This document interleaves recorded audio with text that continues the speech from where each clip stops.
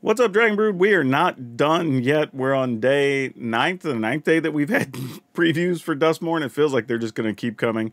But we should be finishing things off this week and have the full set by the end of the weekend.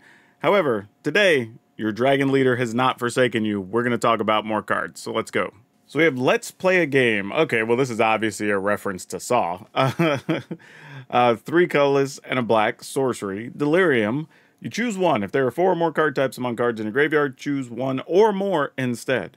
So creatures your opponents control get -1. Each opponent discards 2 cards. Each opponent loses 3 life. You gain 3 life. This is okay. Not great. I mean, I feel like with Delirium, there's just better things we could be doing. If you want any of these effect, like, I guess if there's a world where you realistically want 2 of these effects some reasonable amount of time, then you play this card. Otherwise, like, you really just want 1 of them, and you're just getting the bonus of the other ones, which is fine if that's the case. But yeah, I'm not super excited about this one. I feel like Delirium will be doing other things. Osseous Stick Twitster. That is a hell of a name. Colorless and a black for a 2/2 Scarecrow. So we got a small, cheap Scarecrow, which is nice. It does have lifelink. At the beginning of your end step, if there are 4 or more card types among cards in a graveyard, each opponent may sacrifice a non-land permanent or discard a card. Then this deals damage equal to its power to each opponent who didn't sacrifice a permanent or discard a card. Okay, if we're doing the Scarecrow thing, this is a reasonable creature, right? It's something we can play early. It fits Delirium decks if you need something small for that. It's likely going to be some amount of continual damage, which isn't bad. And in multiples, they're pretty devastating. So yeah, this might be a little playable card. It's kind of like unassuming, but it might actually be playable. Cathartic Parting, colorless and a green, sorcery. The owner of target artifact or enchantment an opponent controls shuffles it into their library. You may shuffle up to 4 cards from your graveyard into your library. Okay, so this is kind of artifact or enchantment destruction. You get the flexibility. It is a sorcery, but you also get to shuffle some cards back in. If it was from either player's library, I would like that a little bit more, because then you'd be able to mess with your opponent's Delirium, possibly. But as is, I don't know. Like, here is the thing, though. If you're playing Delirium, there may be some cards you want to get back into the deck. So, I mean, maybe you would play this. I don't think we're going to play this, really. But, again, it does have a few uses, but probably not something we're aiming to get into our 60-card piles. Duskborn's Domination. 4 colorless, blue. Enchantment Aura. You enchant a creature, you gain control. You control enchanted creature. Enchanted creature gets -3, -0, and loses all abilities. Wait, so... You pay 6, you put this on a creature, you now have the creature, but the creature is -3. Like, oh, I'm so confused. Why would you want to play?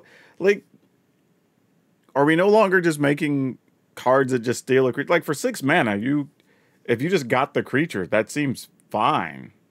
Like, with this enchant, I feel like I'm misreading this. So you enchant the creature, you control the enchanted creature, enchanted creature gets -3. Yeah, so you're just controlling the creature and making it worse. Like, why?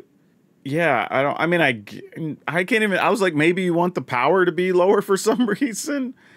Like, at this point, you either just kill the creature, bounce the creature, or lock it down, like with some tap effect where they can't untap. Like, why would, yeah, I'm just lost on this. I'm sorry, y'all. Yeah, this feels bad. If you're going to spend 6 mana and take a creature, that seems okay, but why are we also making the creature smaller and taking away its abilities? Yeah. I mean, in Limited, you just take your opponent's biggest thing, so it's fine. Like, it's pseudo-removal of sorts, but in Constructed, we're never touching this card, right? Enduring Vitality. Colorless green. It's a 3/3. Enchantment Elk Glimmer. It has Vigilance. Creatures you control have tap, add 1 mana of any color. When it dies, if it was a creature, returns to the battlefield under its owner's control. It's an enchantment. You know, this could be playable. I mean, it makes every creature a mana creature. Even if it dies, all your creatures are still going to be mana creatures. It's a 3/3 for 3. If you wanted to do some crazy ramp shenanigans, this is one way to do it for sure. Yeah, actually, I think this card is going to get play. Like, I'm just thinking about all the scenarios where we've been playing like a 2-mana creature or an artifact and then a 3-mana one. But like, if you could just play this and then every creature taps for mana, that opens up a lot of possibilities. Whether you want to activate abilities or just cast bigger stuff or play all the spree spells where you could play every single part of it. Like, there's probably a lot you could do with this card. So yeah, I'm going to give this a thumbs up. Blood Spinner, a green and a black for a 2/3 spider with weird googly eyes that don't look great. It's a spider. It has reach. When it enters, you surveil 2. You can pay 4, a black and a green, so 6 mana and tap it. Sacrifice it. Create a number of 1/1 black and green spider or black and green insect creature tokens with flying equal to the number of card types among cards in your graveyard. So if you're playing anything that cares about filling the graveyard, or playing Delirium, or any of that stuff, this is a quality card. It's a 2-mana 2/3. It does have reach, so it even blocks problematic like slick shots or whatever against mono red. It allows you to fill the graveyard with surveil, and then if you just have it late, you can make some number of flyers and or blockers. I'm guessing it will be 4 or 5 for your 6 mana if you wanted to do that. So yeah, just a solid uncommon, really. Kona, Rescue Beasty. It's a 4 mana, so 3 colorless and a green for a 4/3. Beast Survivor, and it weirdly has like 2 creepy heads on it, or whatever.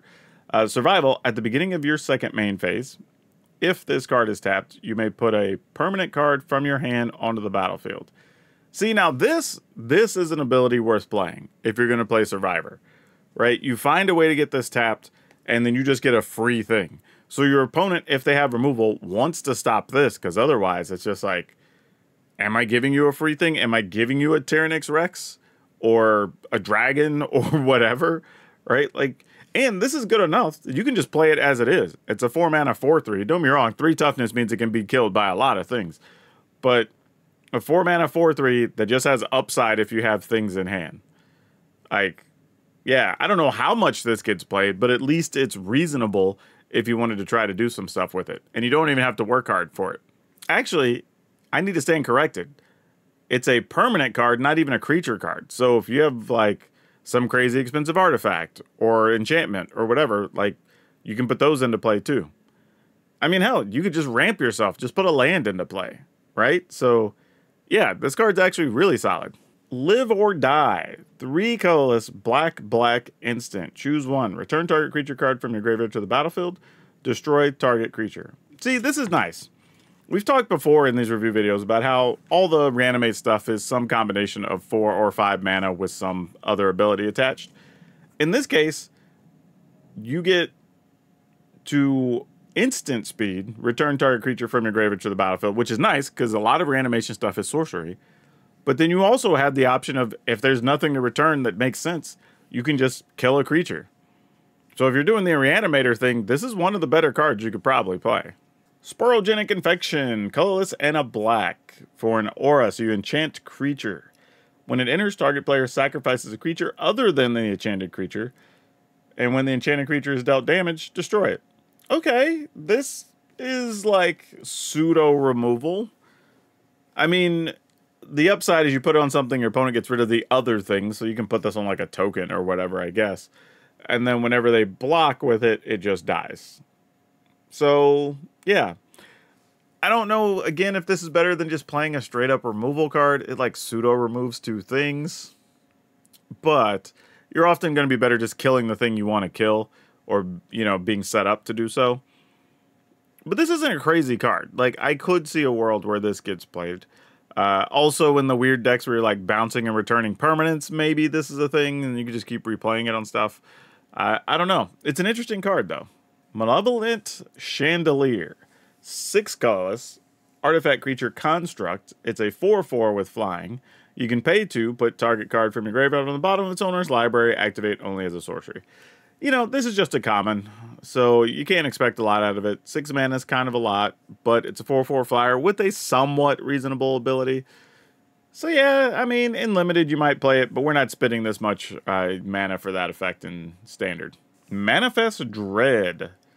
Colorless and a green to just Manifest Dread. Oh, weird. So it's just do the keyword, basically, and the title. Yeah, I guess if we're doing the Manifest Dread, it's cool to have a card that just says Manifest Dread. Why not? Frantic Strength. 2 colors and a green. And Flash, Aura, Chance Creature gets +2/+2 and Trample. And neat combat trick for limited, but not something we're doing in constructed. We kind of know that already.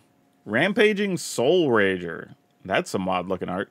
2 colorless and a red for a 1/4 spirit. It gets +3/+low as long as there are 2 or more unlocked doors among rooms you control. Okay, this is kind of cool. Like if we're doing the room deck, a 3 mana 4/4.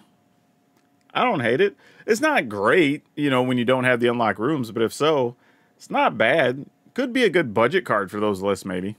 Spectral Snatcher, 4 colorless, black, black. So 6 mana for 6/5. Has Ward of Discard a card, and it has Swamp Cycling. All right, yeah. Anytime you see land cycling, there's always a chance those cards can make it into a deck. And this is a reasonable, like, 6/5. It's a big body. It doesn't fly or anything, so you can chump block it all day. But it is hard to get rid of, so yeah, this is fine. Again, also can fill your graveyard, putting a creature in there. So yeah, nothing wrong with this. Balemerk Leech, colorless and a black. So 2/2. Whenever enchantment or enters or you unlock a room, each opponent loses 1 life.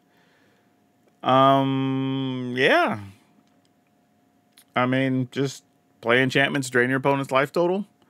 If you're playing a black version of stuff that cares about eerie, yeah, why not?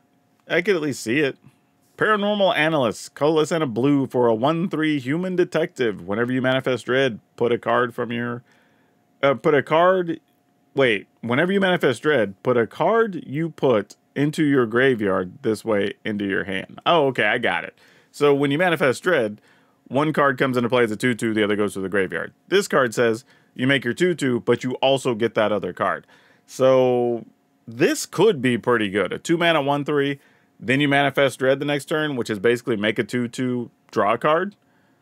So like, that's quality. Not even draw a card. Like you get the better of the 2 cards that would go into your hand or face down, right? So yeah, this card might actually be a real card. Enter the Enigma. 1 blue for sorcery. Target creature can't be blocked this turn. Draw a card. I mean, it does draw a card. It punches some damage through. There are some aggro decks that might want this. I could see this being a thing. Like if you're playing a red-blue aggro deck and you have a bunch of prowess stuff, making a thing unblockable and replacing the card that you could maybe find a pump spell. So yeah, I wouldn't sleep on this. This feels like maybe. I don't think this will show up in a lot of decks, but I could see some cases where this could work. Jump Scare. Of course, this was going to be in the set. 1 white, instant, until end of turn, target creature gets +2/+2, gains flying, and becomes a horror enchantment creature in addition to its other types. Perfect for a jump scare. It jumps the creature so it's able to fly. It gets +2/+2 and becomes a horror enchantment. These types of cards are usually not great, but they do find some corner cases to be played in every once in a while. So you'll probably see this a handful of times, but I don't think it's going to become a staple for any deck. All right, we have Body Tracker. It's a 2 colorless and a blue for a 2/3 with flash. Whenever enchantment you control enters, or whenever you fully unlock a room, draw a card. So yeah, this is basically a blue enchantress type card. You know, we have from other sets where usually green creatures where you play an enchantment, draw a card. We just moved that into blue here. Yeah, this will probably get played on some level. I'd be surprised if it doesn't. Conductive Machete. 4 colorless for an artifact equipment. When Conductive Machete enters, manifest dread. Then attach the machete to that creature. Equipped creature gets +2/+1.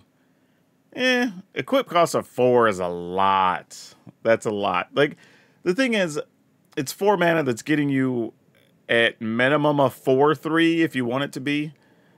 Like, that's solid, but we're probably not playing this card. That's just a bit of an investment for what you're getting. Marvin, Murderous Mimic, who looks creepy as hell. 2 colorless, 2/2, legendary artifact, creature, toy.